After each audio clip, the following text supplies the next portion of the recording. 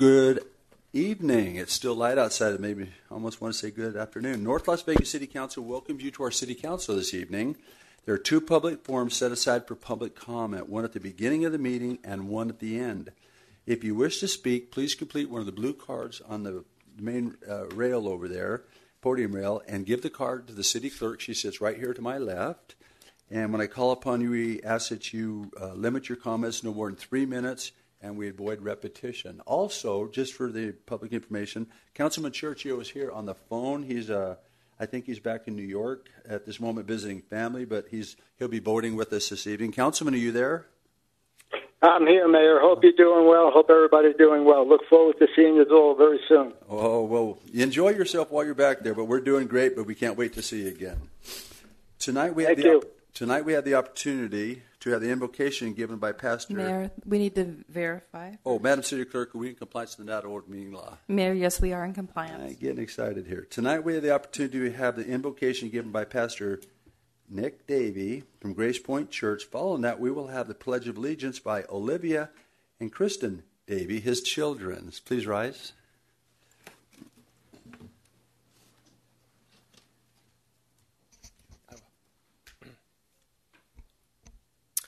Thank you for having me here tonight. Will you bow your head as I pray? Dear Heavenly Father, we thank you for all of your blessings. Thank you for life itself and the measure of health we need to fulfill our callings. Thank you for friendships and community.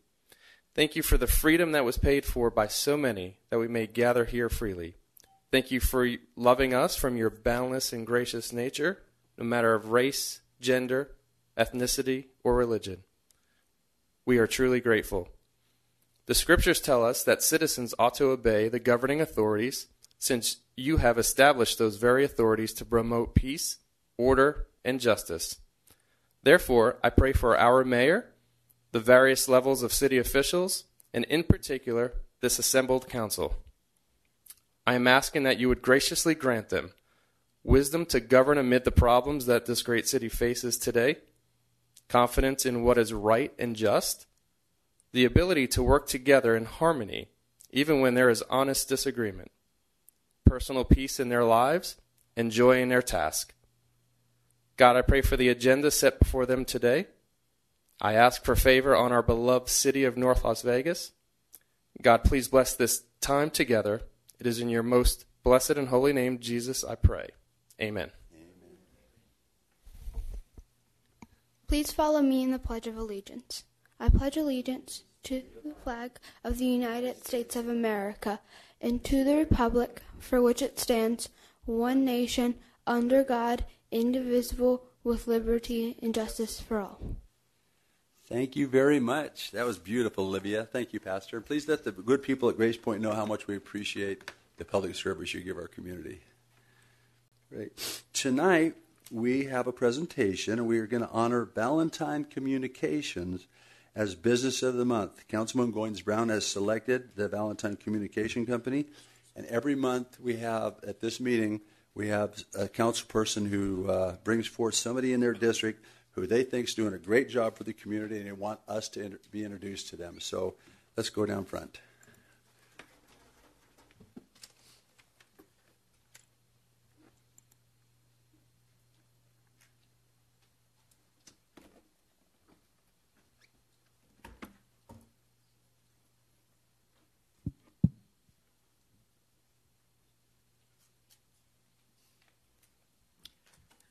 Good evening.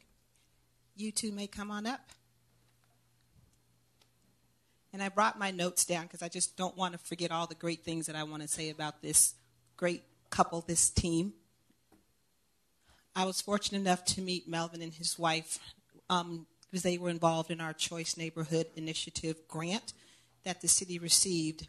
And without the work that he and his wife did, truly engage in the community, and a lot of young people, not only talking with them, but listening to them, knocking on doors, getting surveys done. We really surpassed the amount of requirements that we had to do to fulfill the grant. So I just want to thank them. And hold on, put my glasses on. And I'm going to let him talk. So it's a minority-run family business, and it's managed by a husband and wife team. And Melvin is also the Department Chair of Career Technical Education at Mojave High School and a business teacher. And Michelle is the better half, I should say, that serves as the president or vice president of the business, and that's what she does full-time to make sure the business runs smoothly and efficiently. So before I present you with your certificate, I'm going to go ahead and let you tell us the backbone about what else you do. Well, first off, I wanted to thank the councilwoman for this honor and privilege. I also wanted to thank Jim Hay from the city of North Las Vegas for giving us, our company, that opportunity to serve our community. And Valentine Communications, we're a communication consulting firm specializing in community development. So we really emphasize communication to the community. A lot of times there are cultural gaps, generational gaps, perspective gaps that prevent certain aspects of our community to be at the table. So we really want to focus on that and make sure that they understand what's going on, they're excited, and they're engaged. And I couldn't do it without my beautiful wife. I don't know how she runs the business, deals with me, and everything else. So without that, thank you.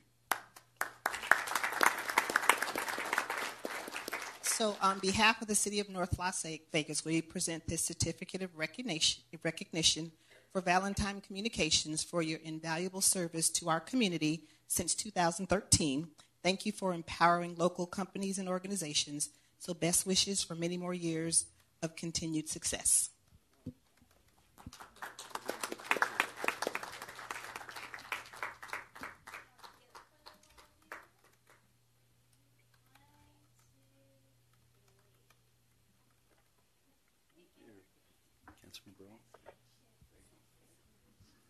Thank you, Mayor.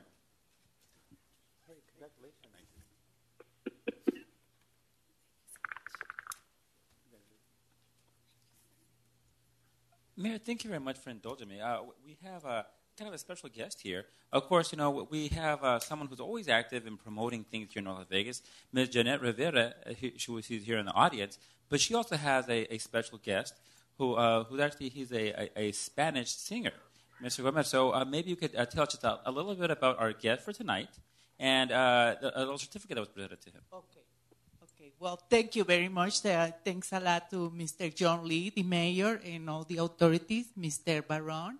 And I'm so glad that I have 10 years with the TV show, thanks to the authorities for all the support. And we've been working very happy. And I'm so glad to bring a friend of mine from Spain. He's a singer, and he came and he's doing a very beautiful video here in Las Vegas. So I'm so happy to get this recognition in the Hispanic Month celebration. Thank you. Thank you very much. ¿Unas palabras? Aunque sean en español.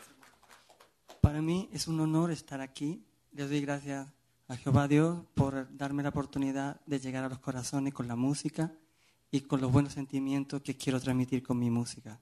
Gracias y espero que os guste. Dios os bendiga. Thank you very much. And for the translation there for the Spanishly challenged, Mr. Comar for that. Mane de Gomar. Mr. Mane Gomar, he says, first of all, he'd like to thank the Lord for us receiving him here. And he also would like to thank everybody for allowing us to come. And he hopes that his music touches people's hearts. And he's very happy to be here with us tonight. Thank you so very much. Muchas gracias por estar aquí con nosotros. Oh, una foto. Una foto.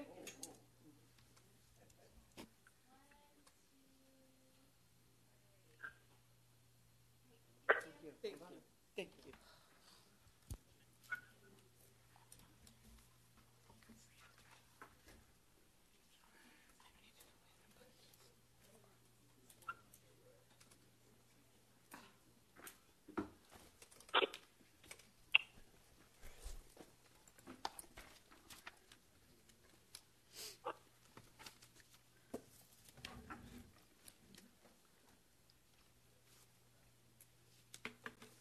Thank you. Now moving on to council items, Councilman Barone. Thank you, Mayor. As I feel like we have a lot of energy here tonight. You know, to begin with, I just wanted to point out that the rankings are in for the school, for the Clark County School District, and for all the schools in the state. And well, I'm happy to say that North Las Vegas got 4 Nevada Shining Stars awards. Not bad, you know. I mean, we have about 20% of the population, about 20% of these Nevada Shining Stars.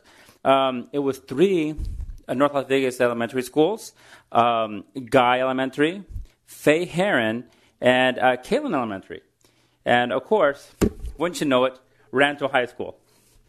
And I'm happy to say that 3 of those happen to be in Ward 1, Rancho High School, Heron, and Kalen Elementary School. So I wanted to have sincere congratulations to the students, to the parents and the staff. You know, it's really hard to get to that level. And just because, you know, they're here in Las Vegas doesn't mean that the school, that the students, they can't achieve, you know, at the very highest level. So I'm overflowing with pride for that. Mr. City Manager? Mayor and Council, I'd want to add one thing to that. I've met with some legislative leadership because we have a concern that as our schools are starting to, as the mayor says, if you show me a good scout troop, I'll show you a good scoutmaster. If you show me a good school, I'll show you a good principal. We have some concern, staff does, that as these schools are receiving an increase in stars, they're also losing some of their funding from the state. And so it's not the proper way that the formula is done, that they're disincentivizing our principals from making these kinds of milestones. So we'll be working with them during this session to make sure that we change that dynamic so that as our schools achieve, that their resources aren't being stripped from them. Thank you very much, Mr. City Manager. I mean, that I'm very proud that you say that on the record here with us. Also, speaking of North Las Vegas and Rancho High School, our very good friends there at Aetna Insurance are going to be throwing a Grandparents' Day Senior Expo on October 13th at Rancho High School. Everyone's invited, no cost, from 12 to 4 p.m. There'll be medical health plan information, but there's also going to be entertainment, refreshments, giveaways, raffles, and much more. Rancho High School, 1900 East Cereals. And I'm also very happy that North Las Vegas is doing, of course, you know, its very best to support energy efficiency.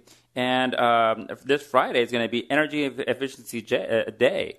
And join us in supporting clean energy by learning more about energy efficiency and practicing smarter energy use in our daily life.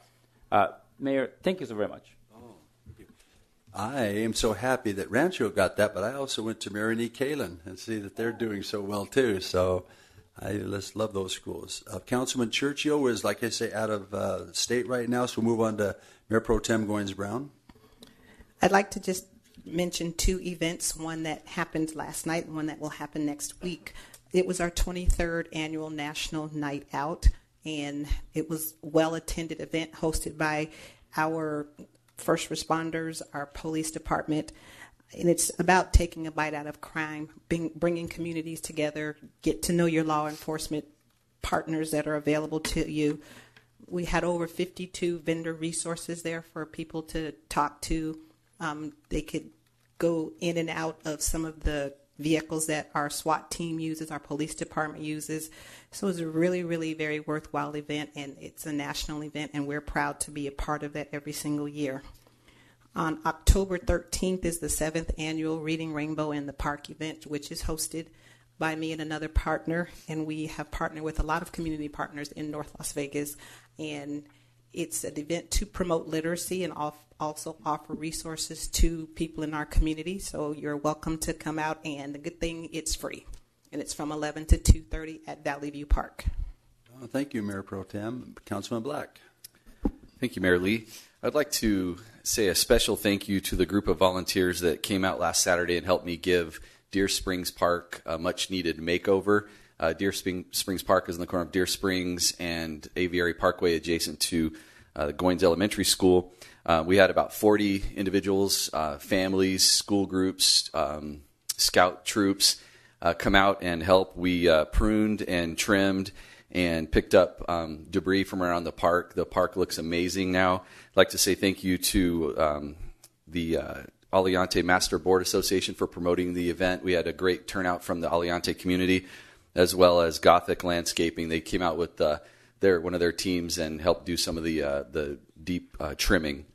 Also, I'd like to encourage you all to mark your calendars for a special event that's taking place on October 20th at Craig Ranch Park in the amphitheater.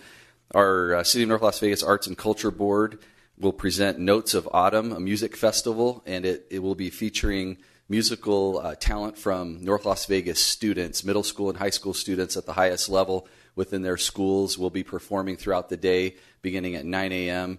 Until 4 o'clock. There are 15 schools represented, a wide variety of musical presentations, orchestras, choirs, mariachi bands. So it's going to be a really, really awesome event to showcase the amount of talented youth that we have in our community. Thank you, Mayor. Oh, thank you very much. Great things happening in our city and especially in your districts. Moving on to public forum. This is a time set aside for comment on posted agenda items. This public forum excludes discussions of public hearing items, which will be heard later separately. So if you want to speak on any items listed under consent agenda, business, or ordinance as final action, now would be that time.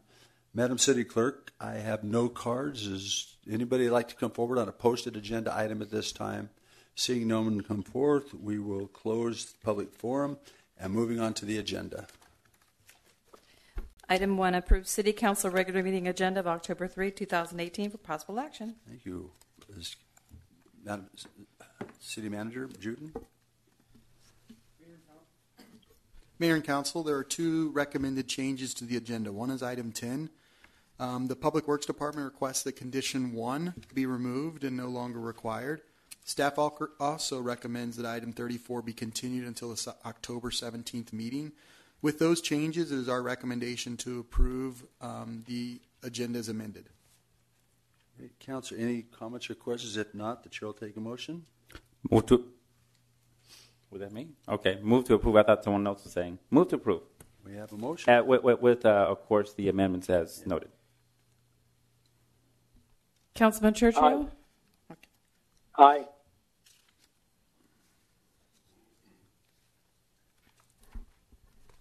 Items approved. Moving on to set future public hearing dates. The consent agenda first. Oh, did I just miss another? Ladies and gentlemen, I'm so excited tonight about what we're doing in the city. I'm getting ahead of myself here.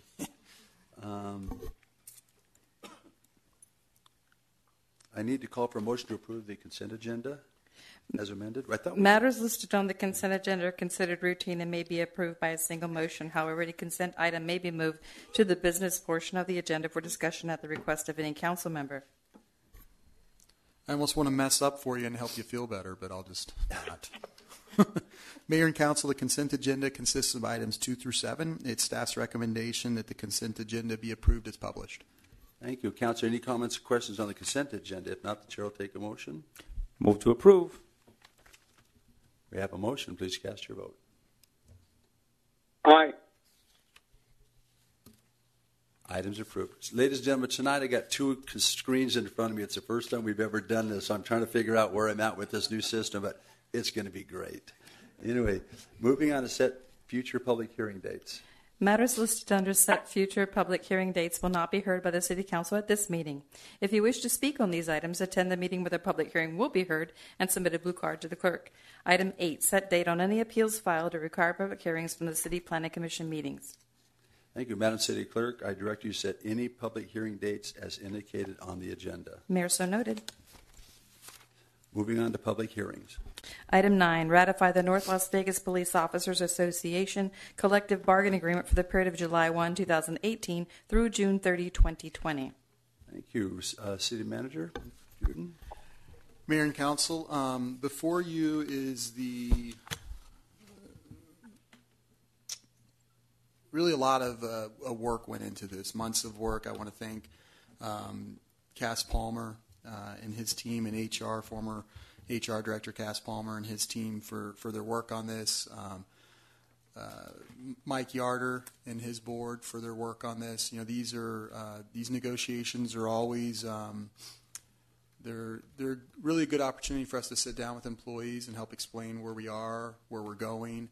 After our meeting that we had with you and discussed the importance of the reinvest and invest in our employees, as Councilman Black calls it, we had several negotiations. This is we have one final one with PSA after this, but we've been able to kind of use that as a framework as we've moved through these different negotiations. So this contract that's before you today exhibits that. One of the things that we wanted to make sure in this contract is that we were keeping at pace with other jurisdictions so that we didn't become what NHP has become for a lot of us, which is a training ground where they spend the $50,000 to train somebody and then they lateral into our department. We didn't want to become that for the region, so we knew we needed to keep pace with the rest of the region.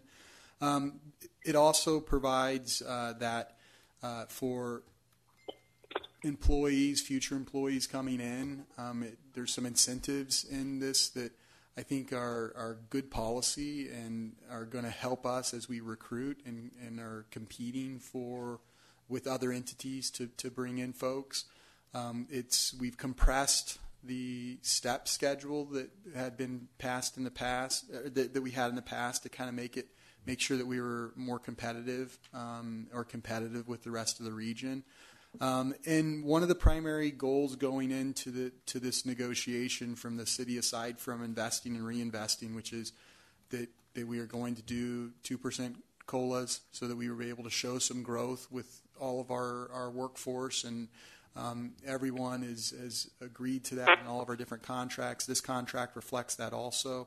There's also, as I think all of you are, well, I know all of you are aware, that one of the things the challenges that we've had was the sustainability of our health insurance. This is something it's not unique to us in the public sector. It's something the private sector struggles with a lot. Is health coverage is something that continually escalates nationally, and being able to control those costs and being able to be prudent in our design of our health insurance was something that was very important as we went into the negotiations with POA. There were a series of changes that management proposed to POA. We were able to work through these.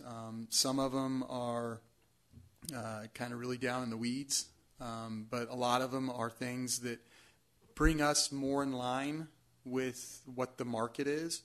While we're not, and this also is something that we will be doing for our appointed confidentials and for electeds, our insurance policy in the city will be having some what I would call market corrections, some things that bring us in line with best practices in our region and in our state. And some of these changes that we needed to make to the insurance policy that we worked with POA on that are reflected in this contract are making sure that out-of-network, in-network versus out-of-network, and what the coverage is.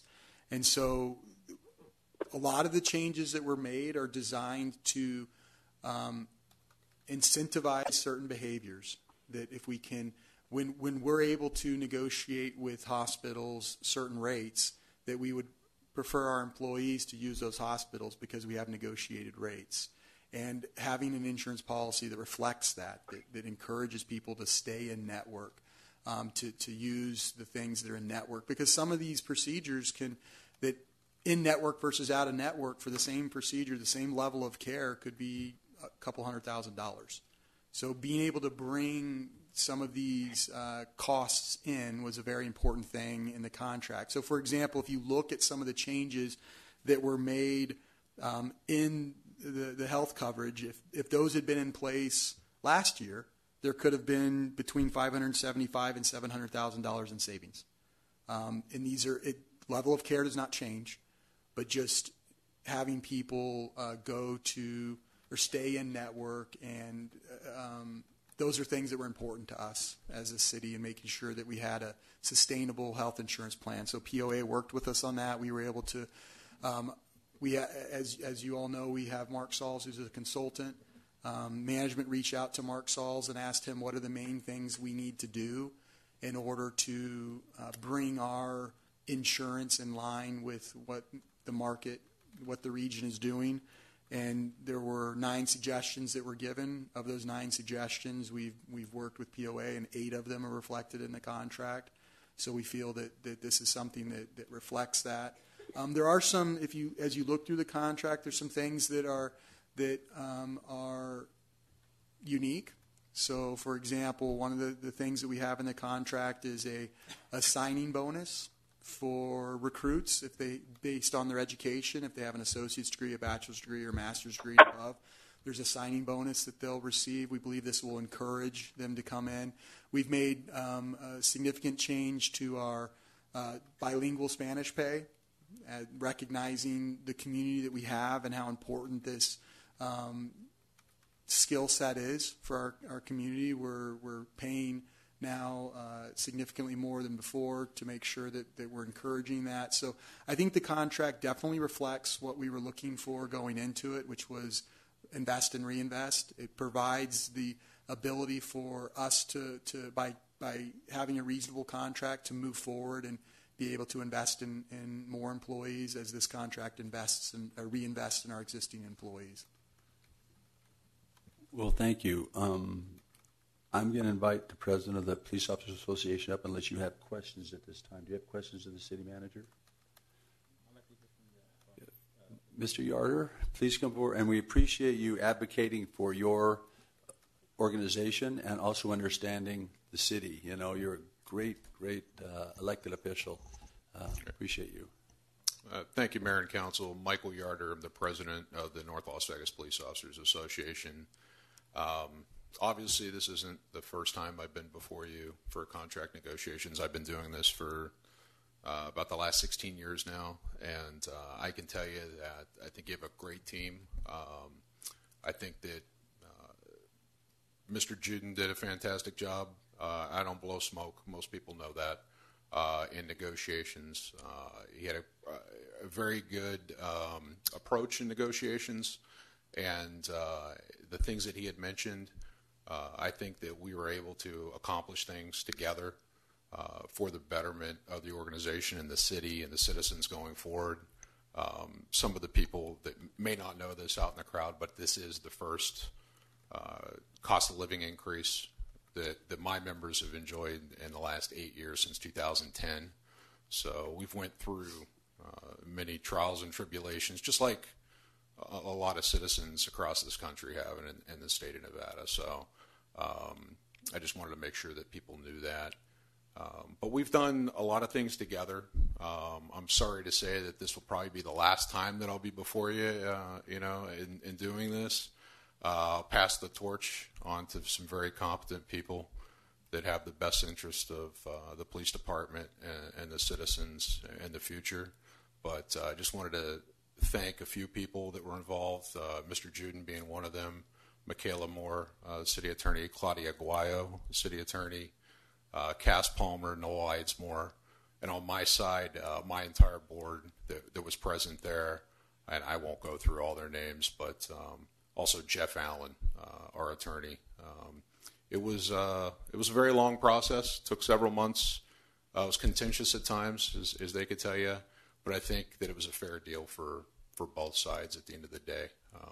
And so I just want to say two things before I do leave that I think you need to consider going forward. I know you're going to be in discussions with the PSA coming up, and I think that I would just ask you guys and Ryan to not hold them accountable in these negotiations for, I guess, the errors of their ways in the past and following a misguided individual in the last negotiations, which led them to arbitration ultimately. I'm happy to say that we've never been in that position in the time that I've been doing this, that we see the bigger picture. Unfortunately, they did not, and I think some of their members should be brought up to the same level that we currently enjoy in some of our benefits. So long term, I think that's a good sustainability for promotions in the future to help out my members and to go forward with their group as well. I've told my folks time and time again, this is a marathon. This is not a sprint, and you have to look long term. And that being said, I think that this contract absolutely brings us back in to play with the other agencies, and that you don't have a scenario that you have to worry about where people are looking elsewhere. North Las Vegas has been great to me personally and my family, and I really appreciate it. Thank you. You might, before I open this up to council, I think Chief Roberts is back. I think there's like almost 500 people that work for you, Chief. And how many are sworn officers, Mike, that you represent? Approximately 300. 300. Okay, I just want to get that. That's a big organization. So, Councilman Barone. Mr. Yarder, of course, officer, detective. It's always good to see you, and it's being on the city council. Of course, it gives us between the resident and being on the council elected official, two different views. On one hand, I'm always very happy to see that we're taking care of. I think it's really important for us to take care of the officers that they put their lives on the line to take care of us. They serve our residents, and it's not so uncommon for us to get comments. Hey, your cops handled this for me, and they were great. Or hey, I had this call, and your officers came out and took care of this for me. I'm really happy. I've been especially happy because of I think of the quality I think and the how should I say this the new officers that have been coming on over the past several years. They're of a different type. They're different. They're a different breed coming in. Not that there's anything wrong with our officers that have been for a while. But they have a distinctive North Las Vegas feel to it. They're definitely very there's like a North Las Vegas-y feel. I don't know how to put it. We do things differently here in North Las Vegas. Our cops are a lot different from Metro. With all respect, to our friends over at Metro, our cops, they work with a certain panache, a certain elan with what they do with the work. And a lot of that, I think, has to do with the way that we just do things here in our city. I'm happy that they overwhelmingly voted to approve this. And going forward, I think that says a lot. I think about the officers that you lead, that you represent, that your leadership. And I know we have some things to improve on, right? But of course, my door is always open for you and any of your officers who ever want to talk. And I look forward to another long bit of a positive relationship with yourself and with your agency. Thank you so much. Mayor Pro Tem Brown. Good evening, Mike, and thank you for keeping me in the know. And I'd just like to thank you for all the work that you and your organization have done to come to final agreement. I know it's been a long process. And I know contract negotiations and bargaining is a difficult task because you want to please everybody, but you can't. But in the end, I think we have a great product, and our police department's reputation throughout this valley stands above the rest. And I hear that from citizens all the time. And at the end of the day, people want to know that they're safe and that they're protected. And when you put a package together that they can work with, and you get a better quality employee. So again, thank you. Thank you. Thank you. Councilman Black. Thank you, Mr. Yarder. I'd like to commend you and your leadership team for coming to the table with a collaborative, big picture approach, willing to look at the model of invest and reinvest. I think it's critically important that we position ourselves to be able to recruit the best talent to come into our organization, and then also at the same time reward and invest in the folks that have been here and have remained here and faithful to our community. Also, I'd like to commend the city management for being consistent throughout not only this negotiation, but throughout the other negotiations with the various bargaining groups, having this consistency throughout our organization, being systematic about our approach, being conservative, but recognizing and giving where it makes sense. And so I think we have the finest group, highest caliber of individuals in our police department, and I think with this type of teamwork that we have, that we'll be able to keep that going into the future. So thank you. Thank you very much. Appreciate you. Thank you. Mayor, if I could make just one quick comment. I appreciate the comments that Mike made, and I wouldn't say that it's sweet that he's talking for PSA, but I just wanted to make sure I put on the record that we don't intend to make it a practice in management to win things in arbitration and then wave the white flag when we come back to the table next time. When our residents, when we go into arbitration and we spend dollars on legal fees and things like that, that I don't believe it's the right position for the city to take, that when we go back to the table with that group, that we just willingly give them back things that we rightfully were received in an arbitration award. I don't believe we would expect the same thing from them. And so we look forward to continuing. We are in negotiations with PSA. Things are going well, and we'll continue to work with them. But I just wanted to make sure that I put that on the record, that we will continue working with them. And it is a little bit of a different negotiation than other ones. And Mr. Collins and his board have been wonderful to work with. As they understand their members, they fight for their members, but they also we very much appreciate our ability to work with that team based than the adversarial type relationship there was before. So I just want to make sure that was on the record. Yes, I understood what Mr. Yard was just saying, though, and I do appreciate his recognizing the past.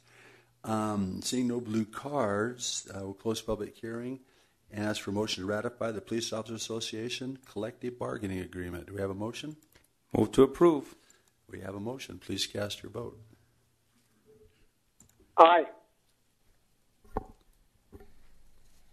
Items approved. Item 10, approve VAC 0918 Northern Beltway Industrial Center for applicant Thomas and Mack Development Group to vacate the southerly 10 feet of Tropical Parkway commencing at Castleberry Lane and extending west approximately 1,070 feet, and an existing commercial driveway located south of Tropical Parkway approximately 630 feet west of Castleberry Lane. APNs 123-28-310-002 and 123-28-701-001. Note for the viewing audience tonight, earlier the council removed condition 1 as listed in the supporting agenda report for item 10. Therefore, the applicant is not required prior to recording this vacation to submit an amendment to the master plan of streets and highways application to the city council for approval. Thank you, sir. Welcome. We've amended your agreement. Is that the way you and the Thomas Mack Company wanted it to be? Yes, sir. Tom Miller, 5740 South Arville, representing the applicant. Thank you very much. Councilor, any comments or questions? Not that you'll take a motion. Mayor, I'd like to make a motion to approve. We have a motion. Please cast your vote. Aye.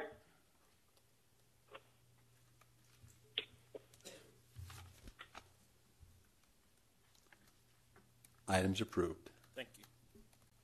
Item 11, hold a public hearing and accept the value of $225,000 detailed in the appraisal dated September the 12th, 2018 from Anderson Valuation Group, LLC as the fair market value of the 1818 West Cary Avenue property pursuant to NRS 268.059-1A. Thank you. Councilor, any comments or questions on this item? Not that you'll take a motion. Move to approve. We have a motion. Please cast your vote. Aye.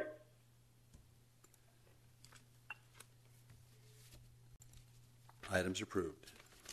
Item 12, hold a public hearing and accept the value of $4,380,000 detailed in the appraisal dated September the 11th, 2018 from Anderson Valuation Group, LLC as the fair market value of the Buena Vista Springs 1 property pursuant to NRS 268.059-1A.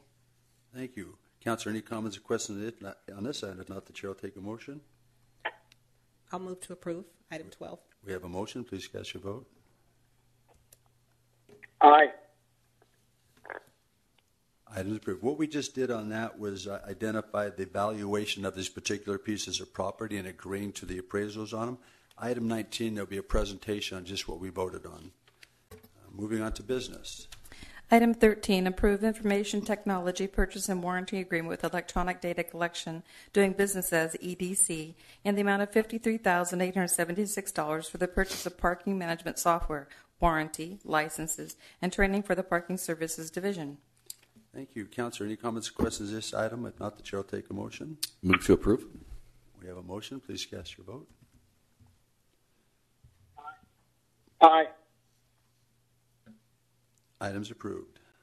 Item 14, presentation on Series 2018 building refunding bonds. Thank you. We have a presentation this evening. Nikki, I think you're coming up, and Director Adair, one of our financial team here.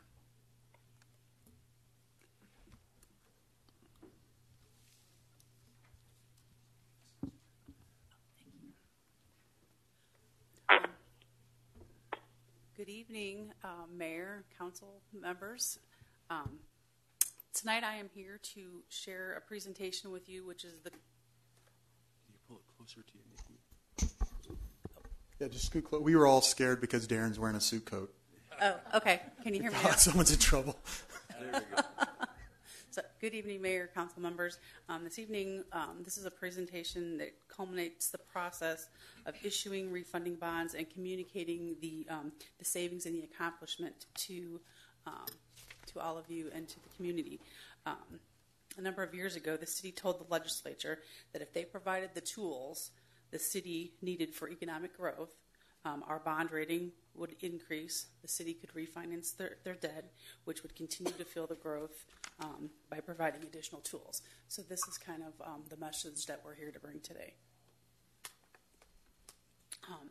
So what this slide shows is this is the city's historical credit rating, and we are at the bottom in 2018 that's highlighted. And it shows over the last 10 years. The city received credit rating increases in June of 2017, the spring of 2018, and again, finally, just recently in August of 2018, where we received 2 upticks from Moody's that took us from the Baa3 to Baa1. All of these are what made it possible for the refinancing of the bonds. As you can see, and as you've heard many times before during the Great Recession, the effects were devastating not only to the city of Las Vegas, to many of the other local governments in the state and around the country. And as the effects began to hit revenue, starting in 2009 and over the following 3 years, that also triggered the bond ratings as they started to decline. And you can see this in here on the slide. And in 2014, they started gradually uptaking again as the economy started to grow and to improve, and this culminates with the most recent rating uptick that we received in August of 2018.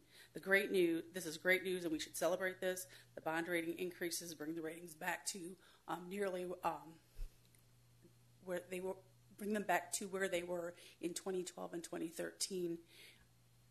And so this is really truly a great accomplishment for the city leadership, the city, many of those within the city. So that's what I'm trying to show here is that this is kind of where we've been and where we're going. So on this slide, I know many of you have seen this picture a number of times in presentations over the last few years, and I won't spend a great deal of time with it, but as I spoke to previously in the last slide, as the airplane was coming down, and you see the parachutes, and then you get to the middle, which is the debt service that we're speaking of now, in which we have been working through the financial struggles of the city.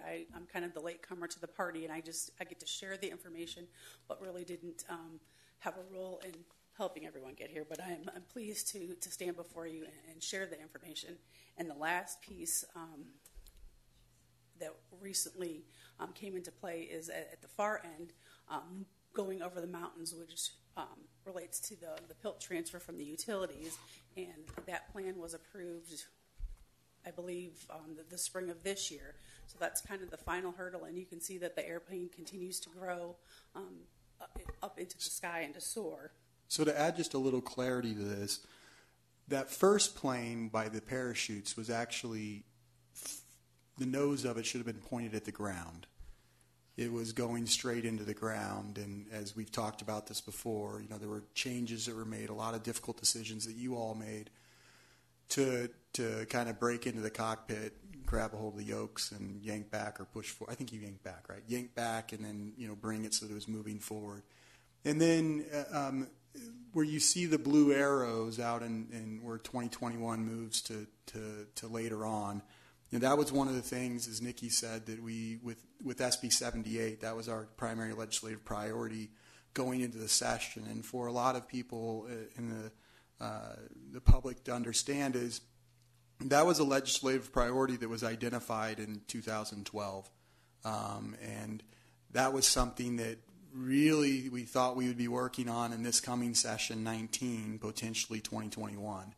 it was because of all the work that had been done by the various departments and really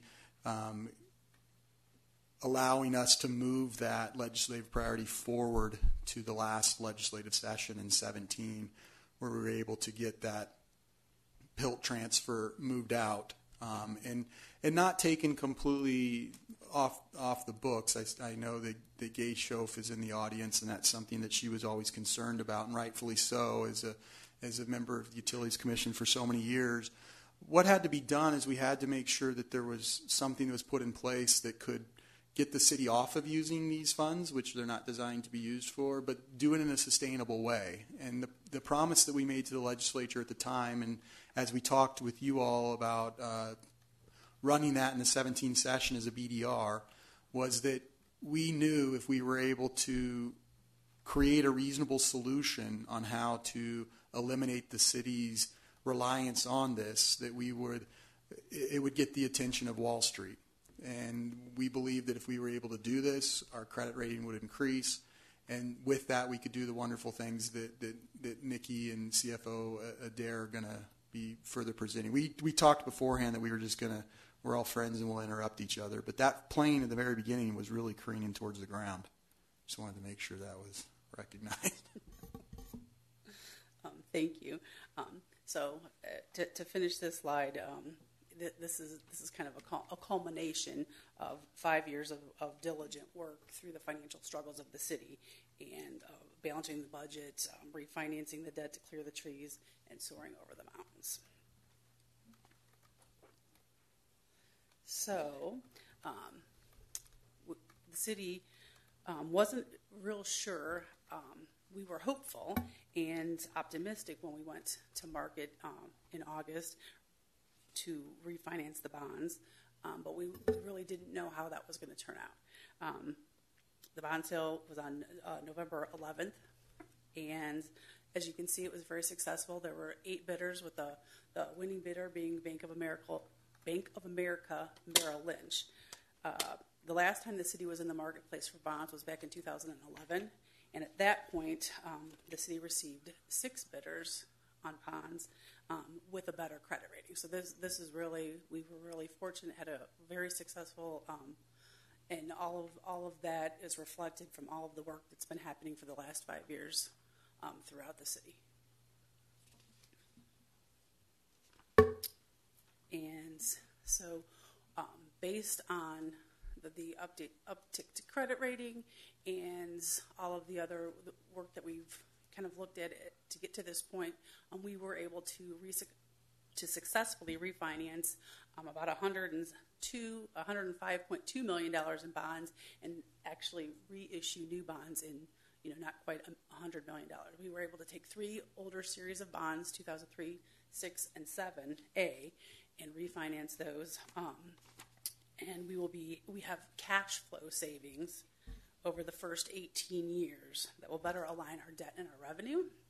And so all of this was accomplished in the bond marketplace using our own credit rating, and up until this point, we had not been able to do that.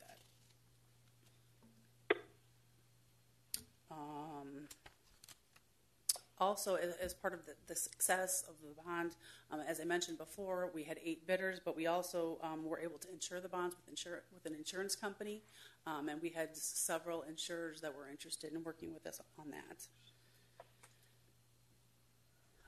And so, to celebrate the great news and to kind of take it to the next step, how does this impact the organization? It will allow us to focus on continuing to grow the economy in the city of North Las Vegas using the mayor's term, grow economics, to fuel the engine so that we can continue to grow and develop economic projects such as the Speedway Industrial Park, the Apex Industrial Park, Tule Springs Villages, and UNLV's North Las Vegas campus, just to name a few. And then also, as you've heard earlier this evening, and other information, it will also allow us to support the invest and reinvestment strategy of the city.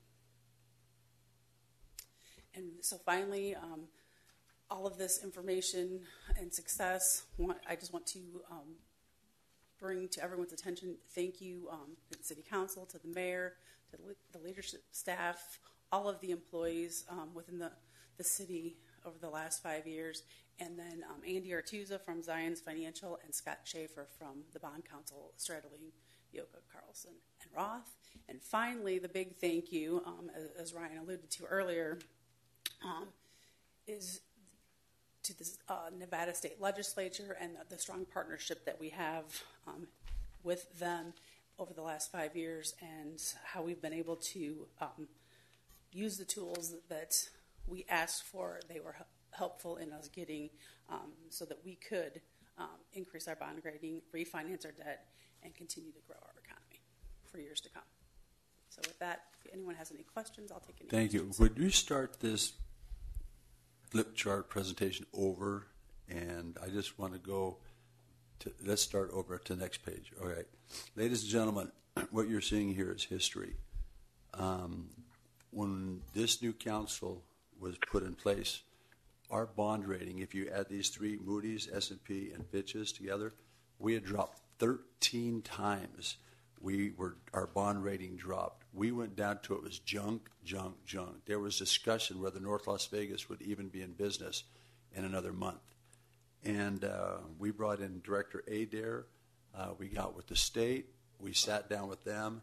They let us know that we had hired some very intelligent people. They were probably smarter people than they at the state, and they would work with us. And Darren Adair went to work. He put I think it was a 7-year plan together to get to this point. It's 5 years it took him to get here. Genius of financial acumen that you have.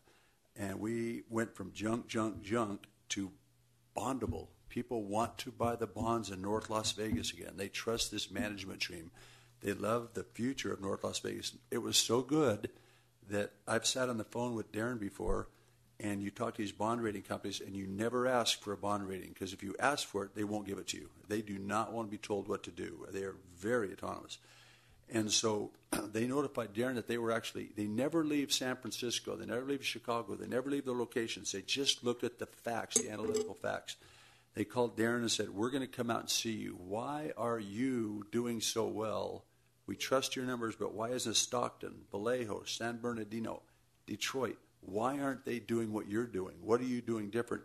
They flew out here. We shook their hands. We walked away as elected officials. Darren took them, showed them everything we were doing. They went on a tour of North Las Vegas. They came to validate what was going on here. And they went back to their home office and said, these guys are the real deal.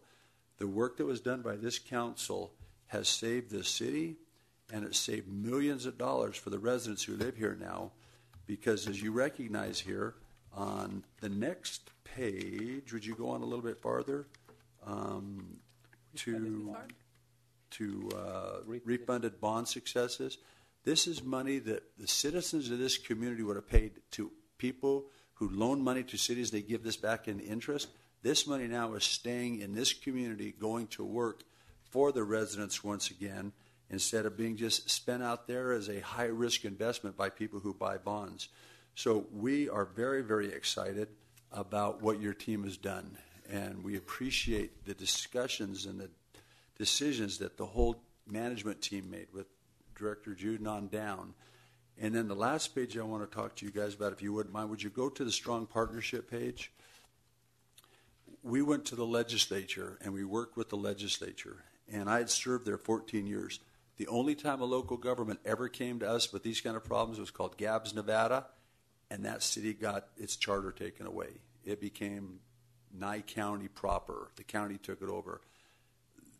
The legislature, the assembly, the Senate, the Democrats, the Republicans, they did not play national politics. They looked at this as a Nevada issue and worked together so well with the state, with the city of North Las Vegas, that this could have never happened without that partnership. Darren went up there and lobbied. Ryan went up and lobbied. It was an incredible performance of trust that they gave us, and we have reported back to the governor. We're solid now. You don't have to worry about us. You can actually leave now. Your 8 years are over anyway, but your state is in great shape. And North Las Vegas was probably that final community that was some decision about would we make it or not.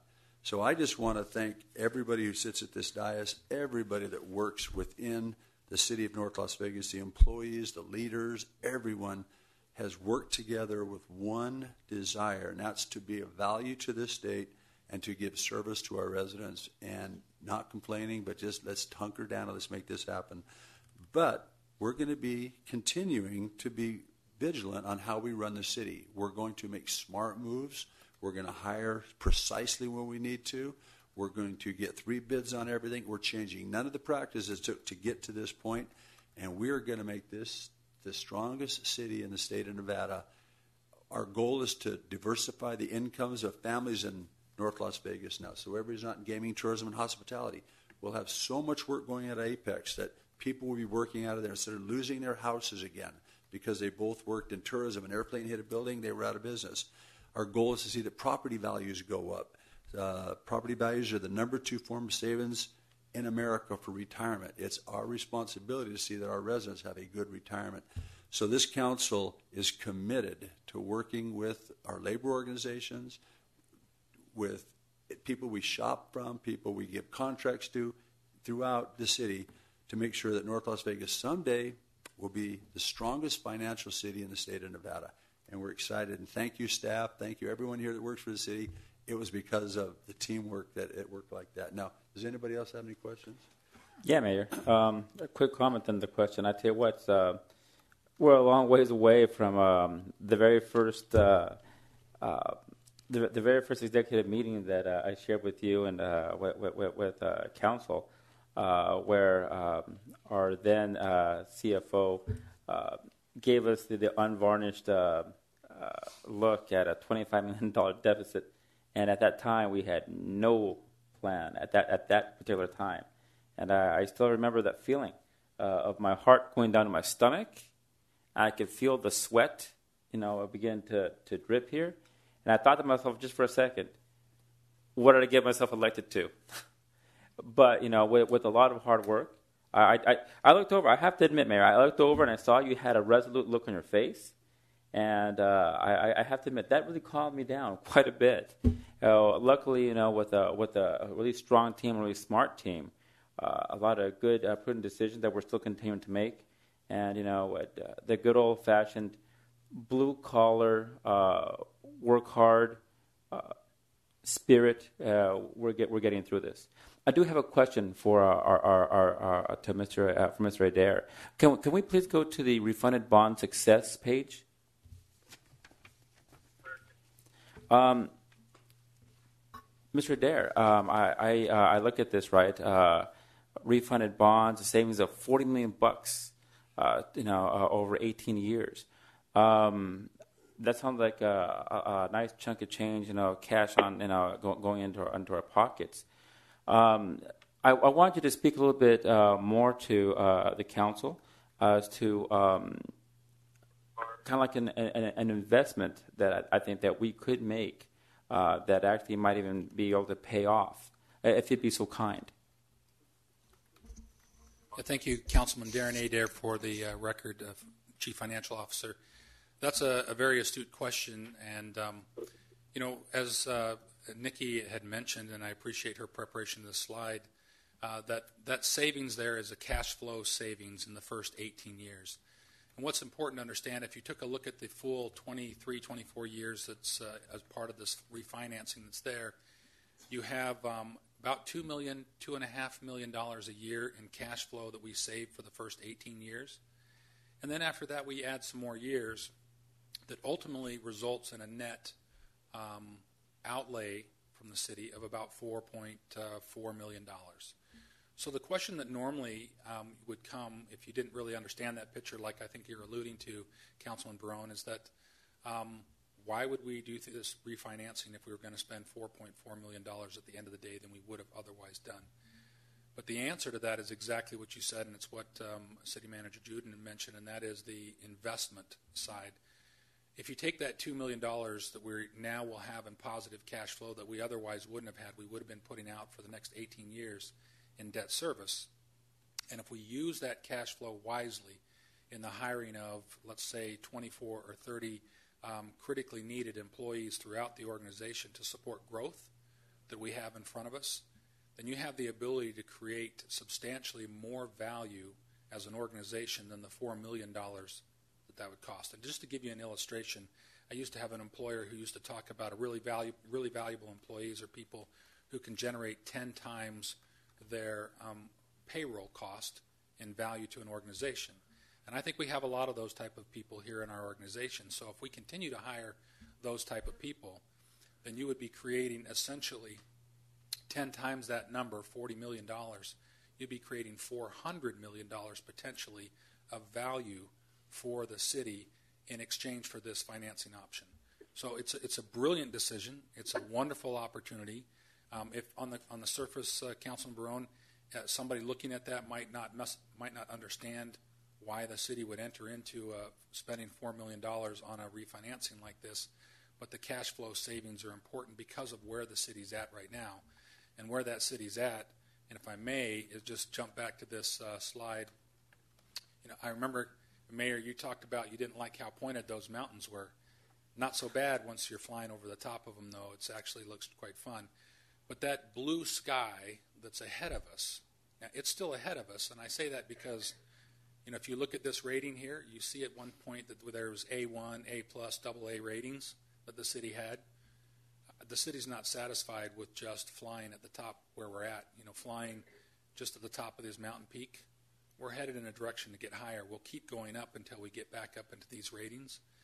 And the way that you do it with the rating agencies is you lay out something like this, which was started out 5 years ago, and the team, the executive team, the leadership says, we understand our situation, we understand the challenges and obstacles to being successful, the ground, the trees, the mountain, and then you lay out a plan and you execute on it. So what you're seeing here in this refinancing is the marketplace, and they're a tough marketplace, especially after all the challenges the banks have had during that last recession period. They've come back wiser, smarter, but they're looking for executive teams, they're looking for communities who are committed to doing what they say they're going to do. Whether it's difficult or easy, you're laying out a plan, and that's exactly what we've done. It's kind of fun to see this slide and to see it up on the monitors of the executive team. Because it didn't seem like it was that long ago, as City Manager Juden was saying, that we were looking at the plane going down, we were looking at the parachutes jumping out, and as Councilman Barone says, should we be grabbing a parachute too? But now as we cross these peaks, the next goal for the city is to start onboarding people back on that plane again to provide additional services for the people who are coming into this community now, investing in new businesses, investing in new homes, looking for those public safety services and so forth that we will be providing public works services. So that was what was really behind this decision. We could have looked at other things. We could have refinanced, used the money to purchase something or do something else. But at the end of the day, it was the direction of this leadership that we would, again, follow that motto or idea that reinvest, and that was start preparing a way that we could invest in the community and the staff. And so at this point, we're pleased to tell you that the results of this financing will put, for the next 18 years, we'll put 24 more bodies, approximately 24, a little bit more than that, bodies back on the staff of the city, above and beyond what we have today and what we are planning. And if wisely hired, which I think they will result in considerable value as we continue to grow into the blue sky. And what you'll see, my prediction is what you'll see is that our ratings won't stop at the B, AA1, or a double B. They'll continue to climb into the blue sky, back up to the AA range. And this community will be an exciting place to own a home, own a business. There is one thing that I would like to share that you all remember that we're here on this diagram. One of the things that made a difference, Councilman Barone talked about a $25 million judgment that the city was facing that was rightfully won by the employees that work here. When we were headed down in that direction, we went and asked those employees to do something a little bit unusual, and that was, in a way, move from their seats that they were entitled to the back of the plane together as a group. And they, agreed to accept something considerably less in the way of a settlement to what they were entitled to, because they believed that they were wanting to take a chance on the leadership that was here and the belief and the resolution that we might have a chance. So as everybody moved to the back of the plane, the nose tipped it up, and we went to work trying to figure out how we could find more lift, get ourselves above those trees, work with the legislature to get above that mountain. And it's exciting today. This is a kind of a culmination of those things. But to talk about the fact that, Mayor, Council, we've done what you told us to do, and we're just crossing the top of those mountains kind of right now. We're not out of the mountain range, but we're climbing altitude, and I think you're going to see a lot of wonderful things and opportunities in the near future. Thank you. Thank you so much.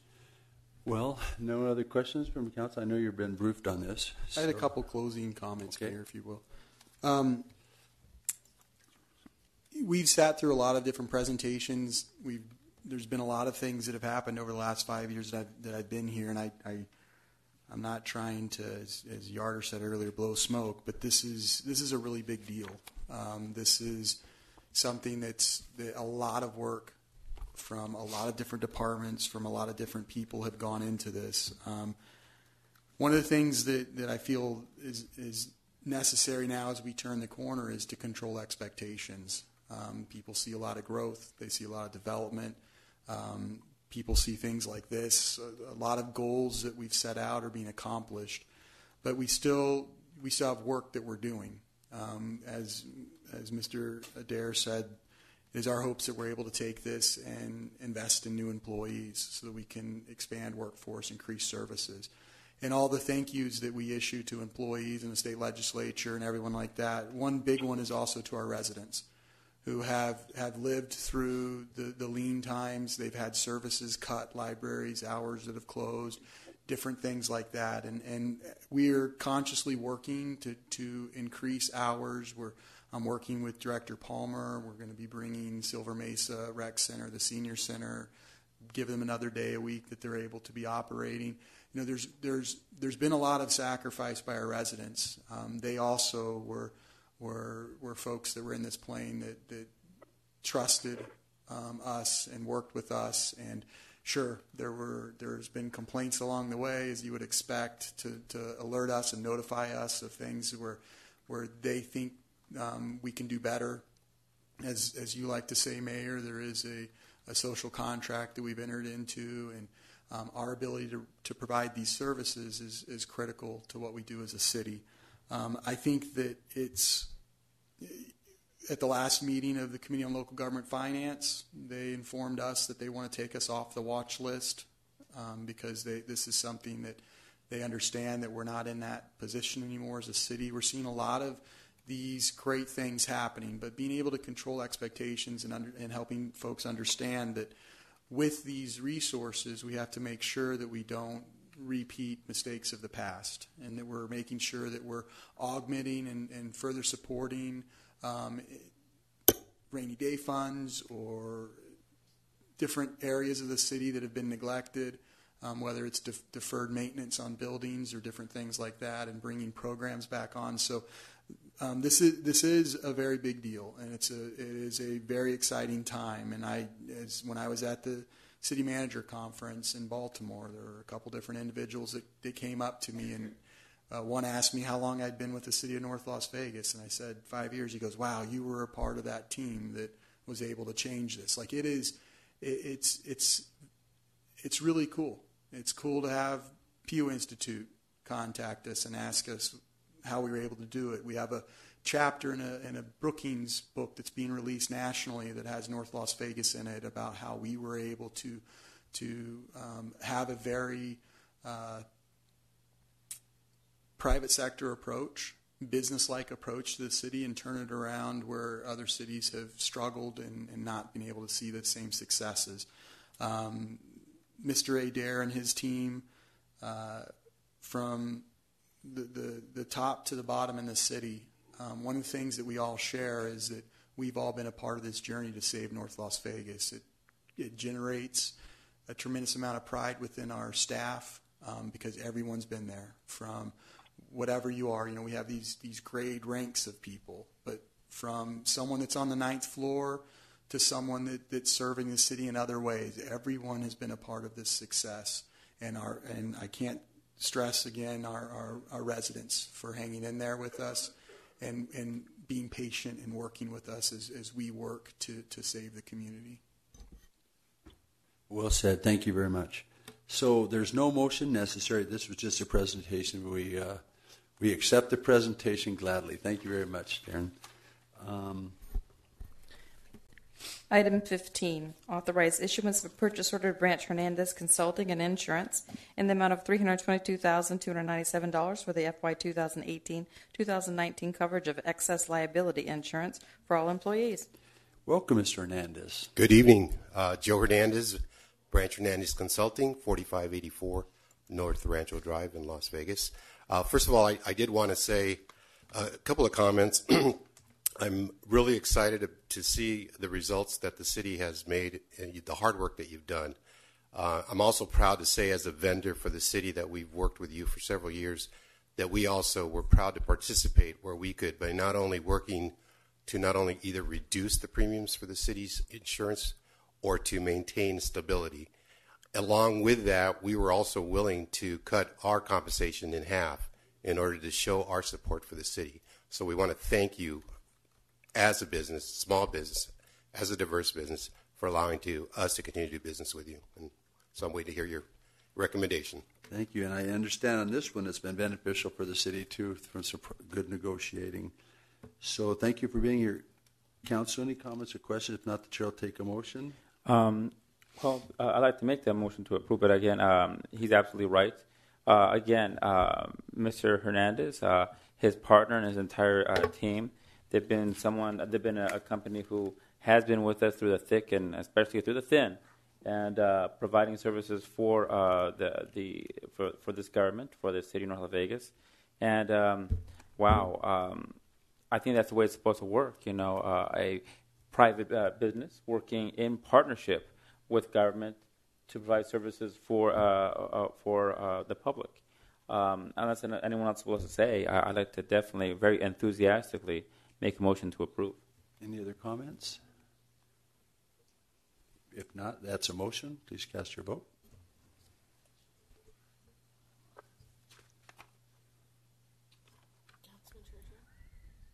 Aye. Items approved. Wake up, Richard. It's only 10:30 where you're at. Thank you, Mayor and City Council. We love you, Richard. Item 16, ratify grant application and accept grant award from the Nevada Department of Health and Human Services, Division of Child and Family Services, under the FY 2018-2019 Victims of Crime Act program in the total amount of $224,183, $179,346 from the grant funds for state fiscal year 2018, and a required local match in the amount of $44,837 from the FY 2018-2019 Police Department Budget Fund to support the Victim Advocacy Program for the Police Department, and authorize the city manager or his designee to execute the grant documents. Thank you. Councilor, any comments or questions? If item not, the chair will take a motion. Move to approve. We have a motion. Please cast your vote. Aye. Items approved. Item 17, approve consent to sublease to a land lease agreement for a wireless communications system structure with Crown Castle MU LLC in the amount of $1,800 plus a 2% increase, which will be credited annually to the general fund for a cellular tower site located at Theron H. Goins Park, APNs 124-31-701-0031, 031 and 032. Thank you. Councilor, any comments or questions? Not the chair will take a motion. Mayor Pro Tem. I'd like to make a motion to approve item 17. Items approved. Or please cast your vote. Items approved. That's Mayor Pro Tem's father's school named after him. So we're glad to have him. He's actually in the audience here today, and former city councilman. Yes, so good things are happening in your school. Kind of breaking up over here. Item 18, approve professional engineering services agreement with HDR Engineering, Inc. in an amount not to exceed $1,392,770 from the Safe Drinking Water State Revolving Fund to provide design services for the well rehabilitation project, CIP project number W0069 A, C, and D. Thank you. Councilor, any comments or questions this item? If not, Chair will take a motion. Move to approve. You have a motion. Please cast your vote. Aye.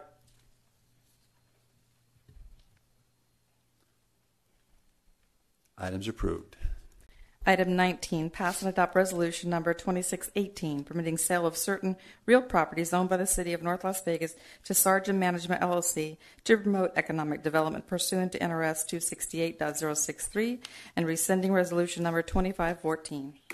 Thank you. Ms. Susan Creameyer, would you like to come up and bring that handsome group you bring with you? We talked to you earlier about the appraisal on some property. At 19, we're going to explain the process. Meaning the program that's going to be done in Ms. Goins-Brown's district that she worked on for years, and get a follow-up and tell us what your time frame and your lead time and everything will be, Susan. I will let Robert do that as far as time frames, and I'm up here to support him. Hello. I'm Robert Leidig, one of the managing members of Sargem, and we have Susan Kriegel is another member of the Sargem group.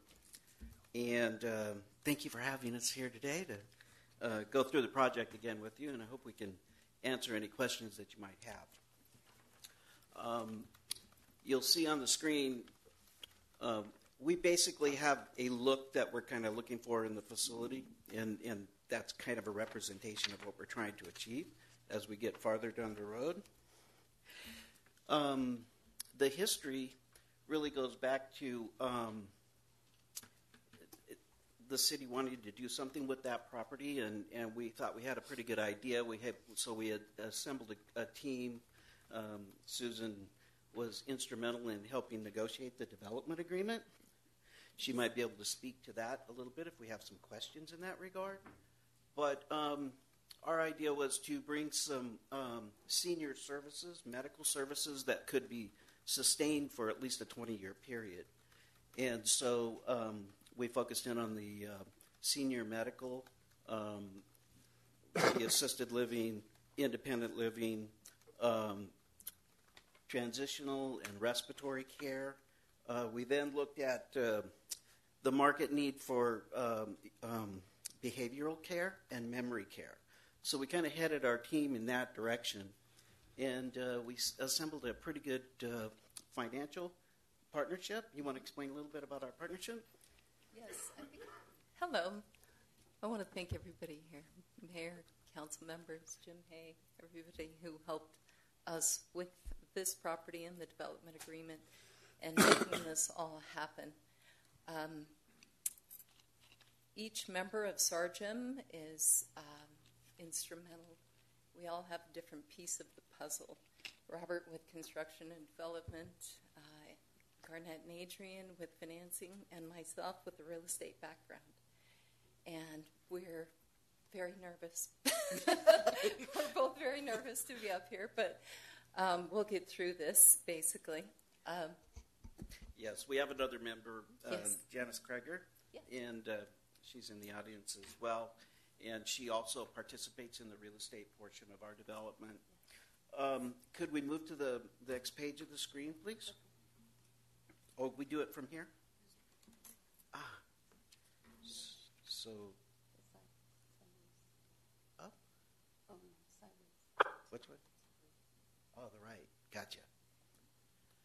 So we all know the project site, and everybody knows the history, I believe. Councilman Black, did you have any questions on the site? I know that you're just being introduced to the process here. No, sir. No, sir. Okay, so that's the site we're dealing with. We've got the 1 acre site, the 1818 West Cary site, and then we have the 18 plus acres on the larger site that we're working with.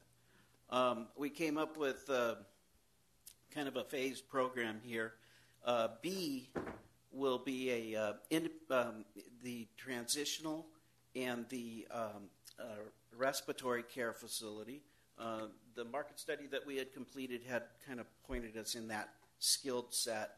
So we made arrangements to do that, to probably run in the development funds of about $20 million to develop that particular building. And then we'll start that facility in about 9 to 10 months from the day we start the design. And then we'll, after we start that design, within 3 months, we'll start the design on C.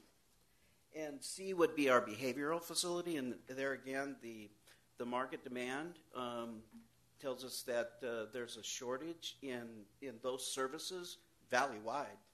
And 3 months after we start the design on that facility, we will start the design on D, which is our memory care facility.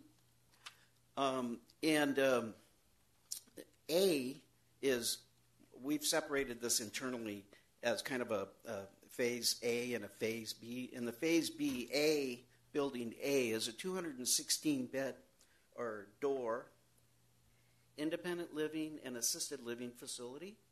And keep in mind, we're trying to create these buildings so that they're pretty flexible. So as we get down 10, 15 years and the market demands that there's a change, we have to do a lot of facility changing. We're going to make arrangements to do that now.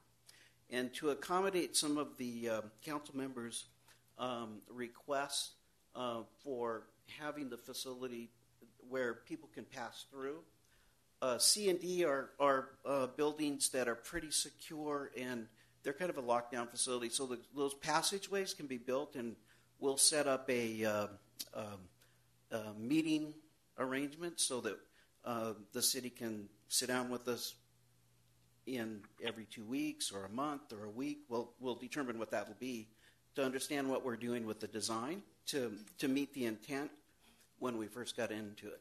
E is a 13,500 square foot facility that we're trying to put an internal medicine facility in and a pharmacy. We have interest for those two elements plus a surgery center on the second floor. So that should help the community a little bit. In 1818, we haven't determined what that's going to be. We have interest in, dialysis. We have a huge interest in the dialysis facility there. But we're going to kind of hold back on that a little bit and see what other options pop up that may benefit the city. We chose an operating group called Copper Sands out of Arizona, who we brought in to introduce to the city. And they indicated that they liked the idea of coming in a little bit early and setting up some training programs for the folks in the community so that they can maybe develop some skill set to take on these jobs. They also mentioned that they have a tuition program where if they get employees that will stay with them for a certain number of years, they'll go ahead and pay their tuition for continued education in the medical skill set. So that's kind of where we're at on that.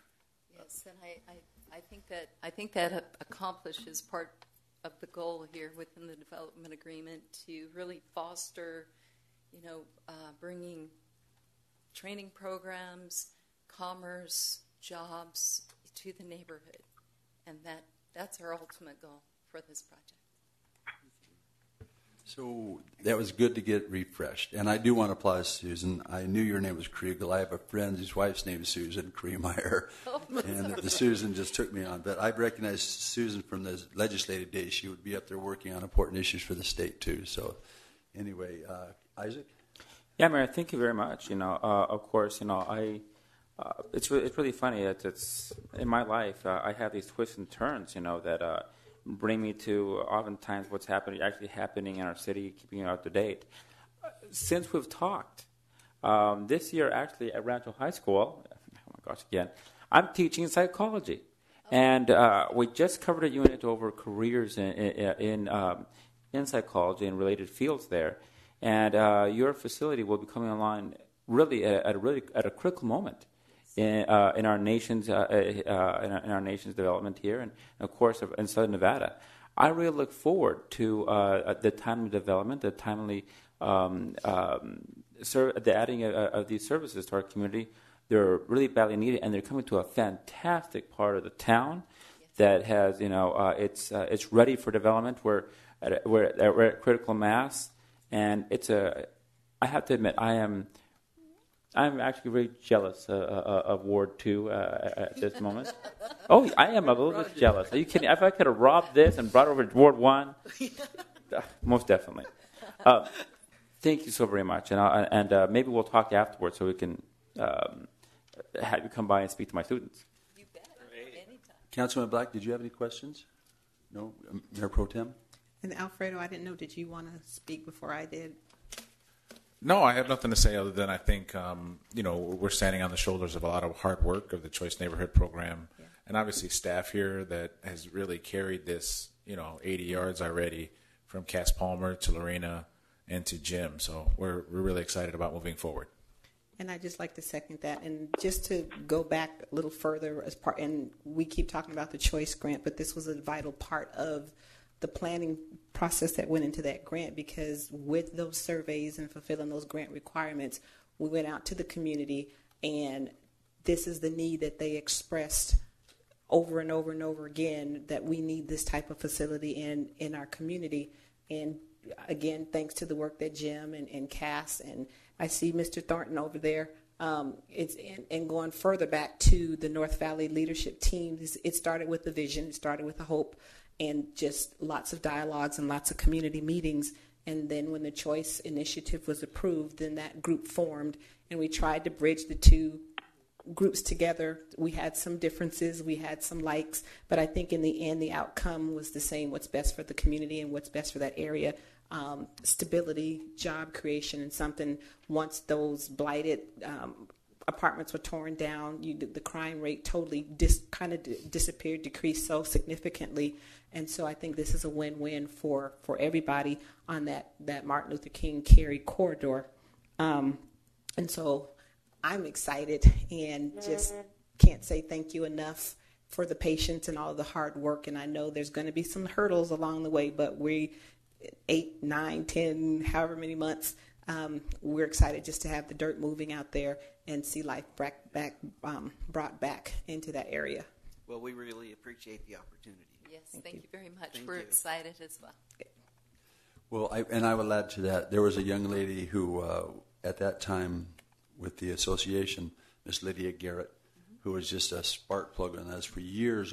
Those apartments where they're just derelict, and she and that neighborhood organization worked so hard and got them all knocked down and cleaned up the property. Property values go up, and you guys are going to be a great exclamation point on the dream that community has. Good luck, Susan. Thank you very much. Council, I'll ask you, Mayor Pro Tem, would you like to make a motion on this? Absolutely. Move to approve. We have a motion. Please cast your vote. Aye.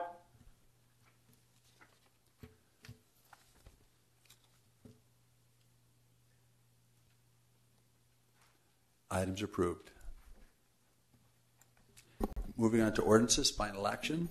Item 20, pass and adopt ordinance number 2929, amending ordinance number 2798 by replacing sections 6.08.060E and 6.08.070 of the Title VI of the Municipal Code to clarify procedures for impounded animals. Thank you, Councilor. Any comments or questions on this item? If not, the chair will take a motion. Move to approve. We have a motion. Please cast your vote. Aye.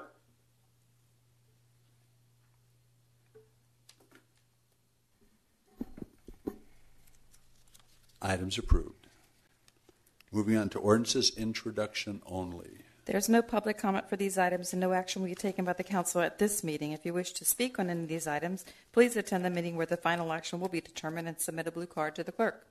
Item 21, introduce ordinance number 2902, amending section 050 of Chapter 72 of Title 15 of the Municipal Code by amending ordinance number 2560 by adding a definition for a fire code official, amending section 130 of Chapter 72 of Title 15 of the Municipal Code by repealing ordinance number 2860, and amending ordinance number 2560 by adding a new section 130 of Chapter 72 of Title 15 that includes acknowledgement that the fire code official applies and interprets the city's technical fire codes, and that increases the number of members on the Joint Board of Appeals and providing for other matters properly related thereto.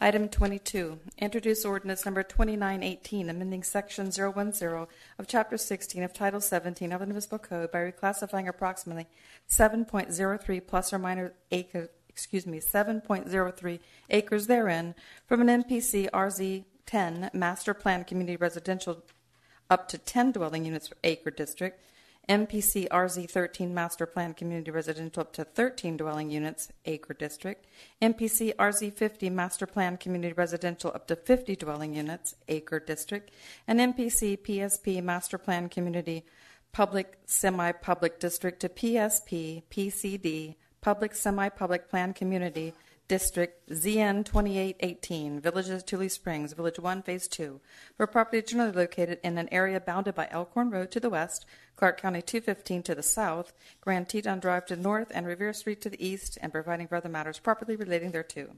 Madam City Clerk, can I make, if you guys with the presentation like to go home, there's going to be 15 minutes of her just talking. Would you like to leave? All right, because I know you all have to go to work early in the morning, so we're excusing you if you'd like to go. Item 23, introduced ordinance number 2919, amending section 010 of Chapter 16 of Title 17 of the Municipal Code by reclassifying approximately 15.25 plus or minus acres therein from an MPC RZ 10 Master Plan Community Residential up to 10 dwelling units acre district, and MPC RZ 13 Master Plan Community Residential up to 13 dwelling units acre district to RCL PCD Medium Density Residential Plan Community District, ZN 2318, Villages of Tule Springs, Village 1, Phase 2, generally located at the southeast corner of Elkhorn Road and the Clayton Street alignment, and providing for other matters properly relating thereto. Item 24, introduce ordinance number 2920, amending section 010 of 16 of Title 17 of the Municipal Code by reclassifying approximately 14.06 plus or minus acres therein from an NPC RZ 50 Master Plan Community Residential up to 50 dwelling units acre district to R4 PCD Very High Density Residential Plan Community District, ZN 2418, Village of Tule Springs, Village 1, Phase 2, generally bounded by Elkhorn Road to the north, Clayton Street alignment to the east, and Clark County 215 to the south, and providing for other matters properly related thereto. Item 25, introduce ordinance number 2921, amending section 010 of Chapter 16 of Title 17 of the Municipal Code by reclassifying approximately 4.46 plus or minus acres therein from an MPC RZ 10 Master Plan Community Residential to 10 dwelling units acre district to R1 PCD Medium Low Density Residential Plan Community District, ZN 2518, Village of Tule Springs, Village 1, Phase 2, generally located south of Elkhorn Road and Grand Teton Drive intersection, and providing for other matters properly relating thereto. Item 26, introduce ordinance number 2922, amending section 010 of Chapter 16 of Title 17 of the Municipal Code by reclassifying approximately 59.21 plus or minus acres therein from an MPC RZ 10 Master Plan Community Residential up to 10 dwelling units acre district, MPC RZ 13 Master Plan Community Residential up to 13 dwelling units acre district, and MPC PSP Master Plan Community Public Semi-Public District. 2, an R2 RPCD Medium High Density Residential Plan Community District, ZN 2618, Village of Tule Springs, Village 1, Phase 2, for property generally located north of Clark County 215, approximately 1,000 feet southeast of the intersection of Elkhorn Road and Grand Teton Drive, and providing for other matters properly relating thereto.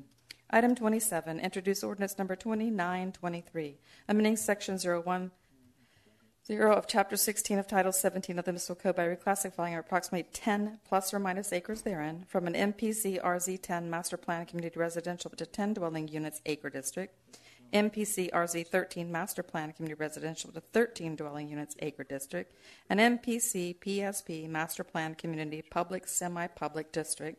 2, PSP PCD Public Semi-Public Plan Community District, ZN 2718, Villages at Tule Springs, Village 1, Phase 2, for property generally located north of Clark County 215, east of Elkhorn Road, and 1,200 feet south of the intersection of Elkhorn Road and Grand Teton Drive, and providing for other matters properly relating thereto.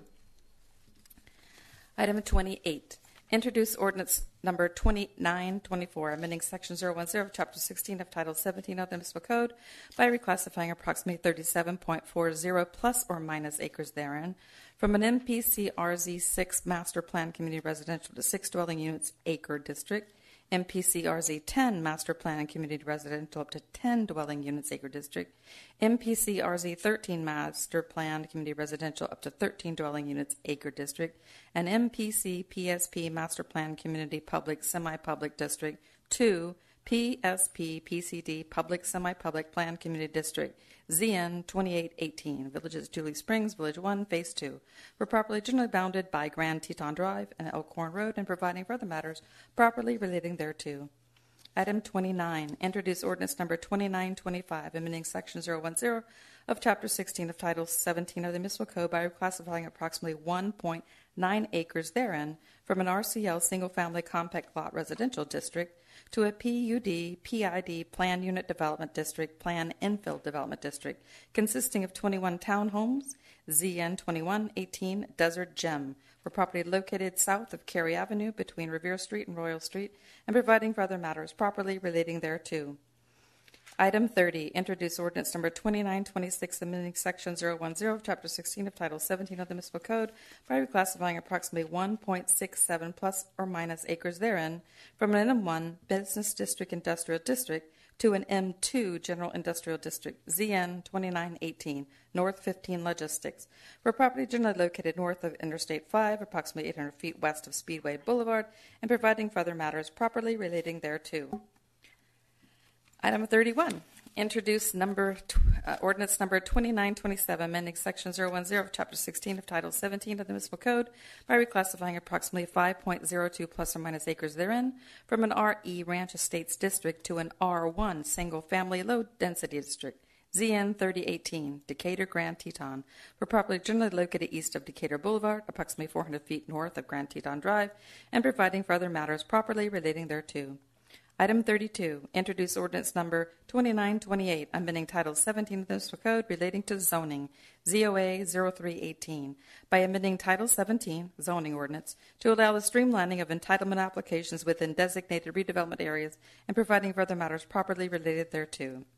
Item 33, introduce ordinance number 2971, amending section 15.92.020 of the municipal code by amending ordinance number 2906 in order to revise the North Las Vegas Fire Code amendments by amending section 503.2.1 of the North Las Vegas Fire Code amendments to include the proper dimensions for fire apparatus access roads when parking is allowed on such roads, and by adding section 503.2.1.1 to the North Las Vegas Fire Code amendments to set forth in fire access road dimensions for certain residential subdivisions, and to provide for other matters properly related thereto.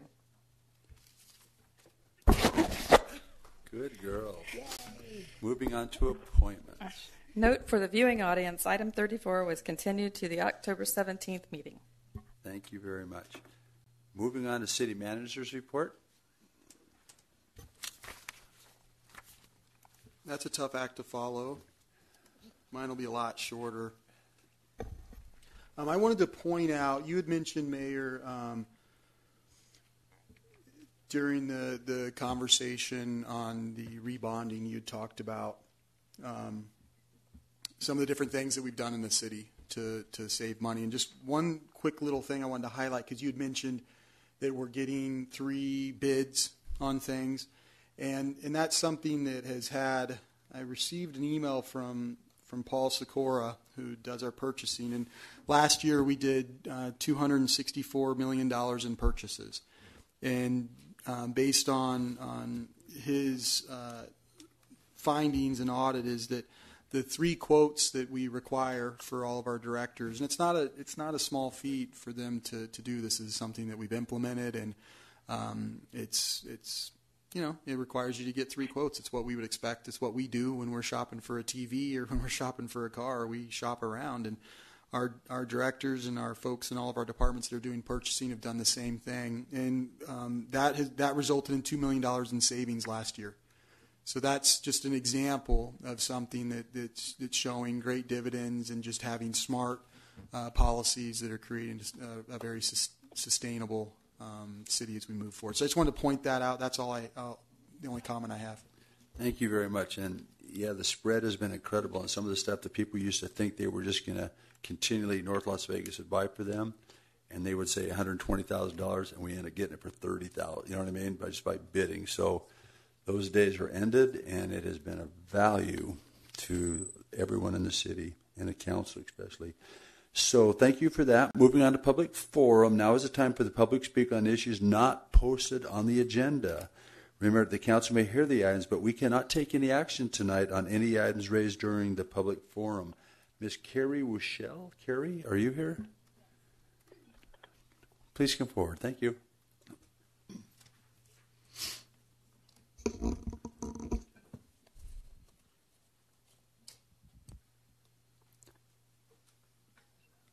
Or is it Rosselli? No? Roussel, okay. I am deeply embarrassed as the photos that I had prepared left sitting on the kitchen table.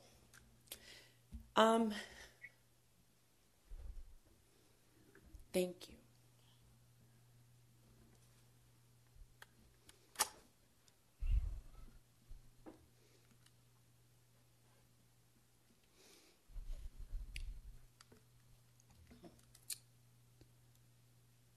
So, after 19 months of living in a small apartment completely surrounded by crime, working 2 jobs and going through a terrible divorce in Alaska, I arrived to my newly purchased home in North Las Vegas to be welcomed by this next to my home being my next door neighbors. On June 5th, I began what I believe to be the proper process in getting help regarding my neighbor. After 5 weeks of enduring the following, I finally received a phone call from code enforcement letting me know she'd be by to check on things. On August 1st, I emailed council the following pictures explaining this is what I skimmed out of my pool.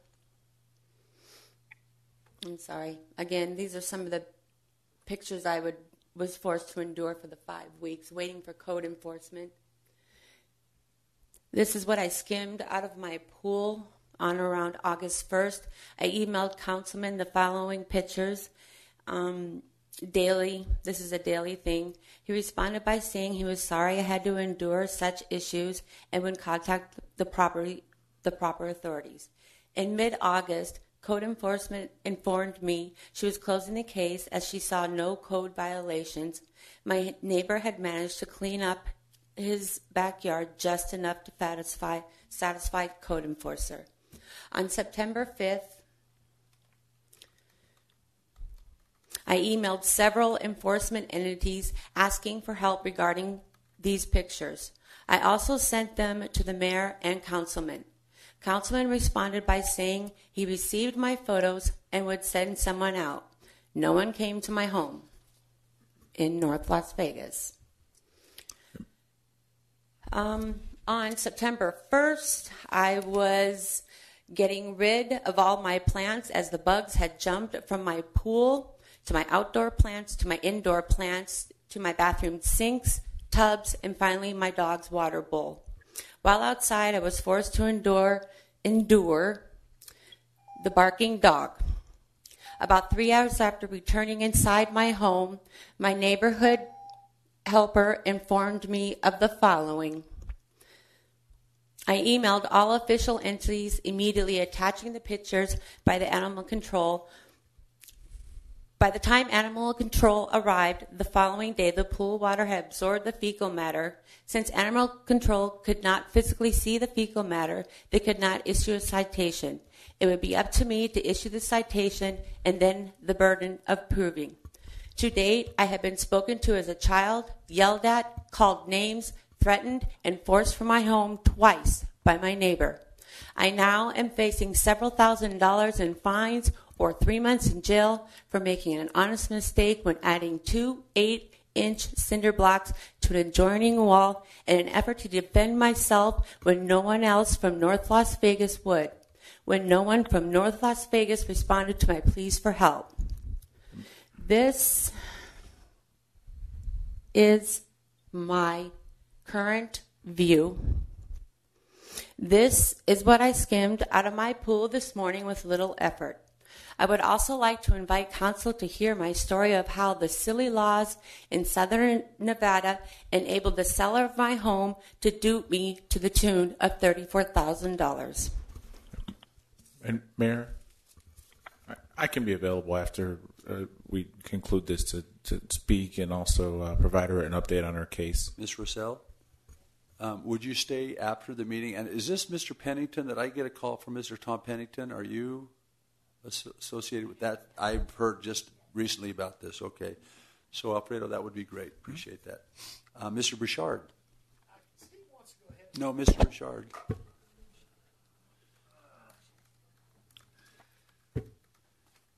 I think we're both going to be. I think we're both going to be talking about the same thing. So I wanted to hear what Steve was going to say. But in August, I got the highest electric bill I ever had and the highest water bill I've ever had. And I noticed I've never looked at a water bill before. When I moved here, the water bills were like $35, and now they're over $100. And I'm going over this.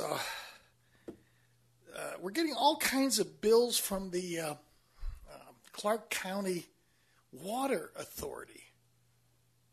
Why are we getting bills from the Water Authority? You know who they are? It's a branch of government we don't need. It's a branch, I'm a Democrat, but I got to admit the Republicans are right about one thing. We have way too many layers of government. Patricia Merloy was our water czar here for, 30 years? And this woman, when she was here, did nothing but cater to the big casinos, the builders, and she did a lot of illegal gray area things to get water allotments so they could overbuild in the valley. She had no knowledge of environmental issues. She was not an engineer. And now we're finding out we're running out of water, which I think, there's a $15, $18 charge from them. They've never done me any good. They're strictly for big business. Let big business support that entity of government. It's not fair to taxpayers, especially people like me and Steve who are supposed to be retired. And with the water bill up over $100 a month, we're not going to have to give up water. You got a gun to our heads here because we can't even live in our homes unless we're hooked up to the city sewer. So something needs to be looked into why these water bills are so high. There's only one person living in my house. When my girlfriend comes to visit, I won't even let her take a bath there anymore. I make her go home, take your own bath. This is something we need to. I'm just curious. Do we have a program for retired people to get a break on water? Maybe just for information, I could mention something. Less than 10% of our water comes out of the ground. Over 90% of that water comes from Lake Mead. It goes through the Southern Nevada Water Authority. I'm aware of it. It's sold to us, and then we pay them. So that's why the Southern Nevada Water Authority. And it's very expensive water. Not too many people know this, but Lake Mead. People boat in that lake. They swim in that lake, and they do other things in the lake. There's oil in that water. It's a very expensive process to clean up the water. And I knew that moving in here, but I was assuming they were going to keep the water prices artificially low so people could afford to live here. But, that's not my problem. That's your problem because you are hired to make sure we have clean water, safe water at an affordable price. If you can't do that, well, then I can't afford to live here, and nobody else can either. Yesterday, I was down here listening to people cry because they couldn't pay their water bill. This is a problem. We need to address this issue, find out how to fix it. But I'm not going to pay. I'll pay the water bill. I'm not going to pay a dime to a layer of government that I don't need. Let the big shots pay that. That's why they're here. There's money people in this town that aren't paying their fair share. Mr. Schoaf.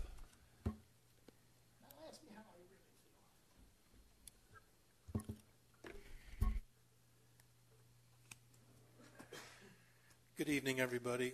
My name's Steve Schoaf, 5622 Midnight Breeze Street, North Las Vegas. I want to first thank the first responders of North Las Vegas and some from the city of Las Vegas who were in my neighborhood on September 19th for an incident that happened behind my house. They came out, they did a wonderful job. Everybody in the neighborhood remained safe. No police officers or firemen were hurt. And I really, really, really appreciate them coming and taking care of things the way they did. The other thing I want to speak about is my sewer bill. It is on the utilities bill. And if I can get the overhead on for a second, I'd appreciate it.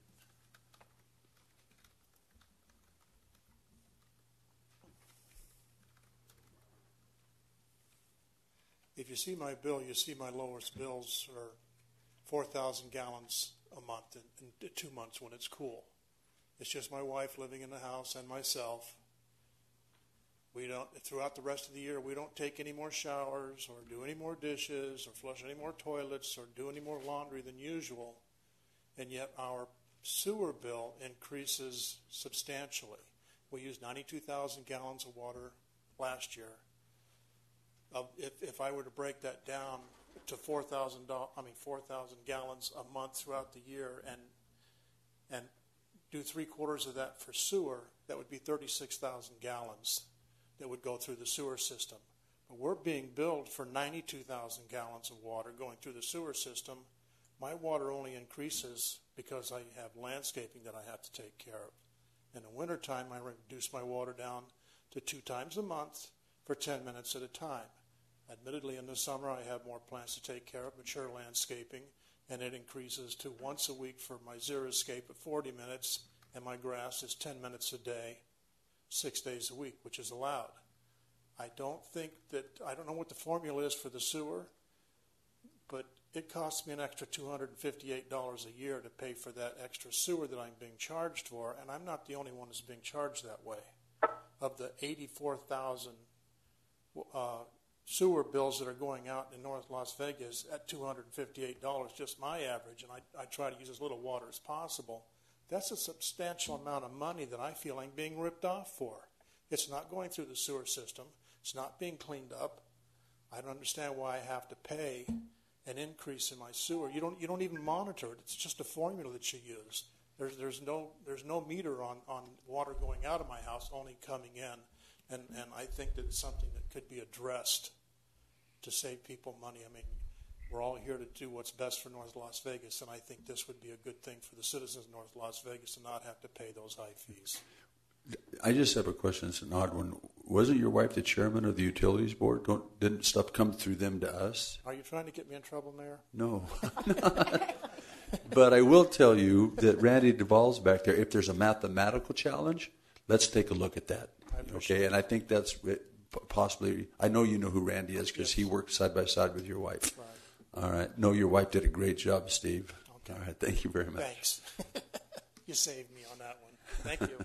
Well, she was a good servant for the city for years, public servant. Seeing no one else coming forward with any issues. Oh, Councilman. Oh, please come forward. Okay. Hi. My name is Janet Riviere, and my address 5129 Western Lane, Las Vegas, Nevada. And I come to, we want to put a Day of the Dead, Dia de Muertos celebration. So we want to, what is more than celebration, we just remember all our ancestors in our tradition, Mexican tradition. So we want to use the front to do the Day of the Dead, Dia de Muertos, and with the association of the Puebla Association. We want to invite all the, our tradition, I know that you're scared, but our tradition is to celebrate the life of our ancestors for our family members that they passed away. We do it on November 2nd. Yeah, Mayor. Actually, we also have Mr. Jose Rosas. He's the president of Fundación Puebla. He's the fellow who, of course, put on the parade, and they have an idea that they'd like to try a Day of the Dead display celebration here at City Hall. There are some going on, of course, all over the valley, right? But they'd like to do something here that's unique to North Las Vegas, something, a family event that's very, how should I say, instead of it being very like commercialized, they want to keep something very organic and something very familial, and have it right here in North Las Vegas. And I think it might actually work very nicely, especially because, of course, we're just right down the street from two of the largest cemeteries that are going to be really packed on November 1st and 2nd for Day of the Dead. I needed him to explain that tradition, but I did see that movie. What was that movie called? Coco. Oh, Coco. Yeah, yes. Okay. Now I understand what you were saying. I think they're working with Cass, right? You're working with Mr. Palmer to do this. Well, we just want to start to do all the arrangement with Mr. Cass Palmer to do it at the front, but we would like to do the La Convocatoria. We want to start to invite people, whoever want to bring the altars, los altars for each family member, and maybe so we want to start to do it, at least 10 days before, so the people can learn a little bit more about our tradition. We have had one in the past. The Mexican consulate came and actually built one here a couple of years ago, and that was very nice. So if we can get it going, it might be a very interesting addition, of course, here to the festivities at this time of the year in North Las Vegas. So, Ms. Jeanette, we have a great friend here that worked with us on that, okay? Thank you very much. Thank you very Anybody much. else would like to approach the council on any items? Please come forward.